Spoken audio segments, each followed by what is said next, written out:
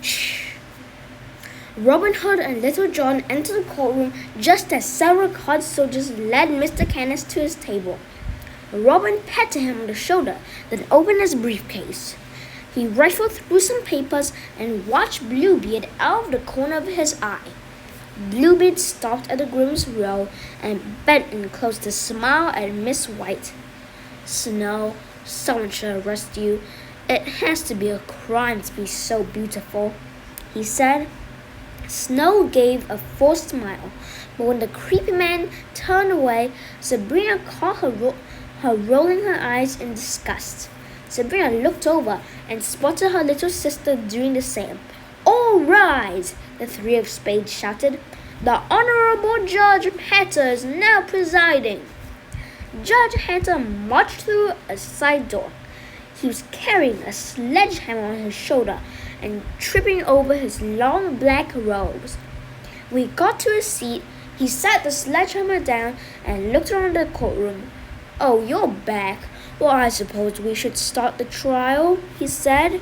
He picked up his sledgehammer and slammed it down on the desk, practically destroying it. Mr. Bluebeard, do you have another witness? Indeed I do.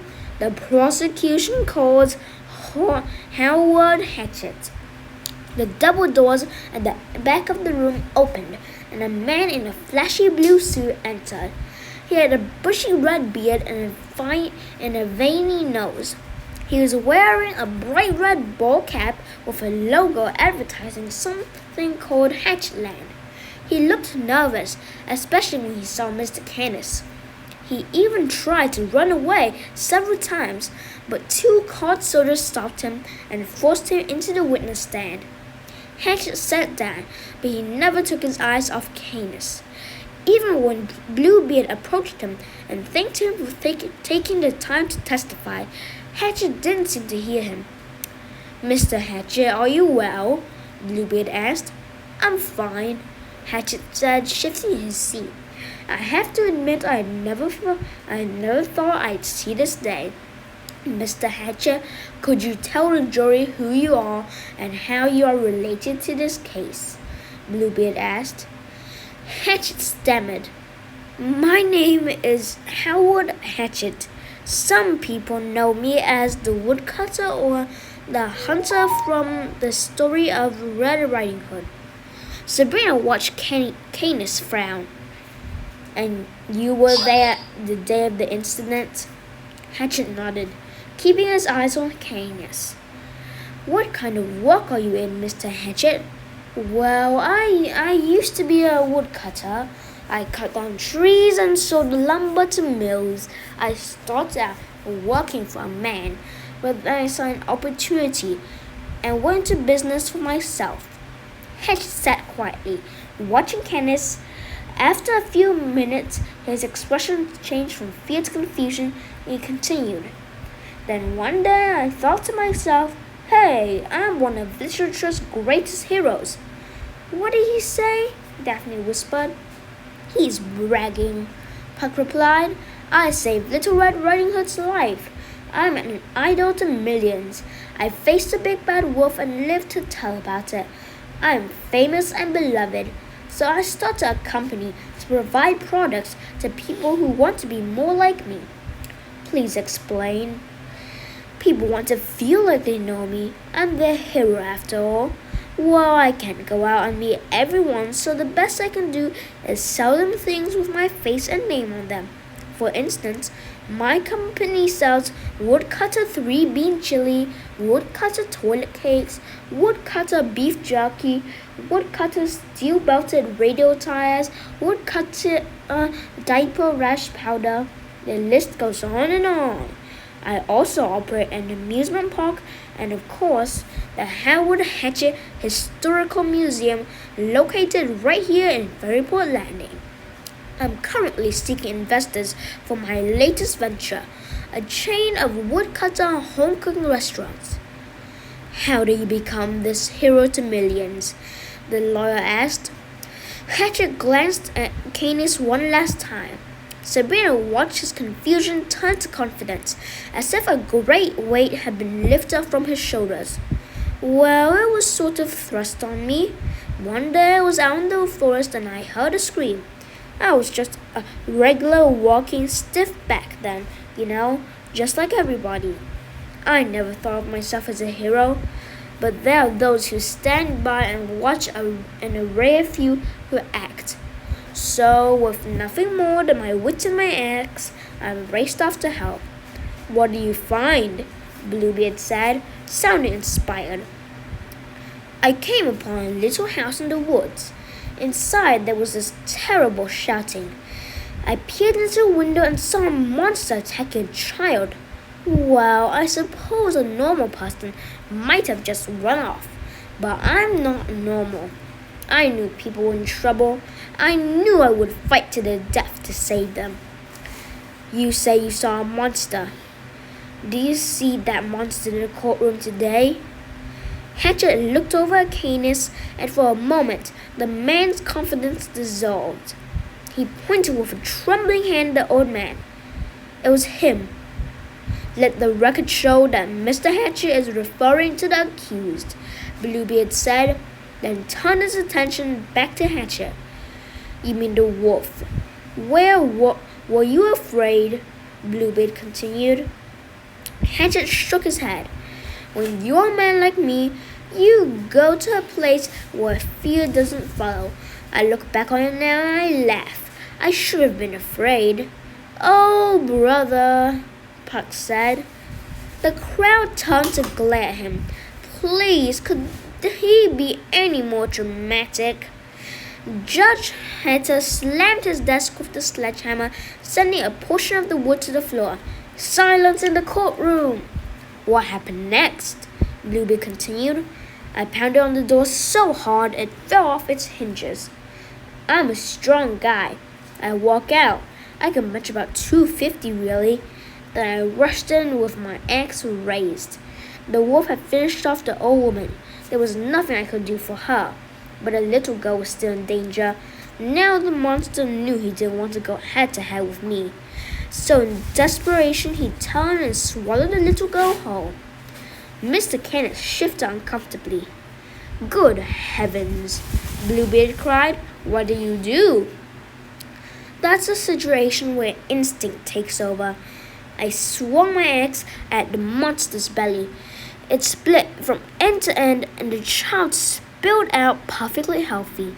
The assault caused the wolf to pass out, so I filled his belly full of rocks and sewed it shut with some thread I found in a cabinet. I carried the creature on my back to the river and tossed him in. The weight of the rocks caused him to sink to the bottom.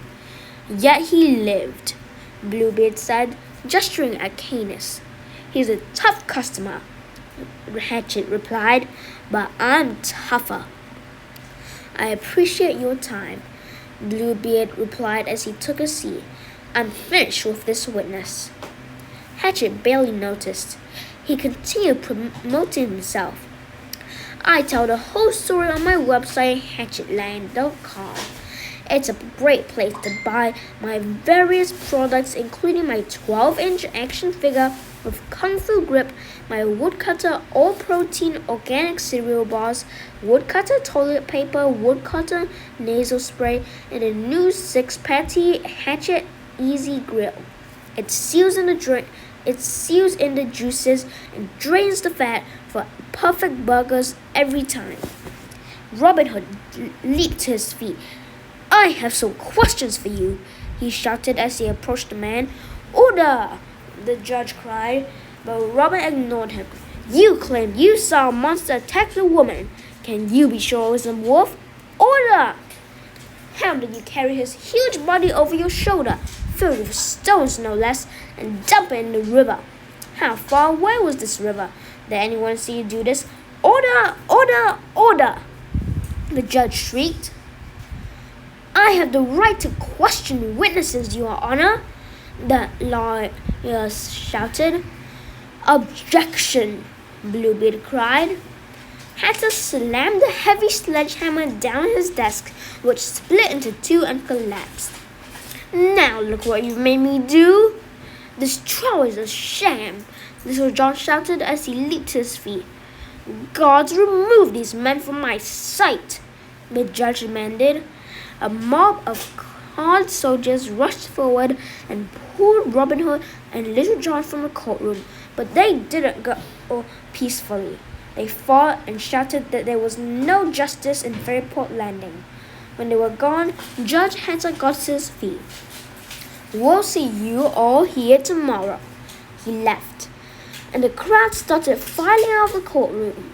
Guards dragged Canis out of the courtroom and back to his cell. Granny rushed everyone outside, where they found Robin Hood and Little John crawling out of the gutter and dusting themselves off. Sabrina expected the men to be furious, but they were both laughing. "It's been a while since we got thrown out of a place, hasn't it, old friend?" Robin said. Little John laughed. "Max Stoley threw us out of his pub last week, Robin." "Oh yeah, I forgot." The men roared with laughter. "You two seem to be in a good mood," Granny said. "Actually, we're in a rotten mood," Little John replied. "But it's important to laugh from time to time. As for this court case, well, it's a joke. They aren't going to let Canis defend himself. Our approach now is to cause as much of a disturbance as possible," Robin Hood said. "I'd like to help with that," Puck offered. "You'll get your chance soon enough, Trickster King," Robin said. "What do you have in mind?" Uncle Jake asked. "Oh, that would be telling," Robin said. "As for now, I think I'd like to take a visit to Mr. Hatchet's amusement park. I have a feeling that he's not telling the whole story." "You think he was lying?" Daphne asked. "That scrawny little man couldn't carry a sack of groceries on his back, let alone the big bad wolf," Little John replied.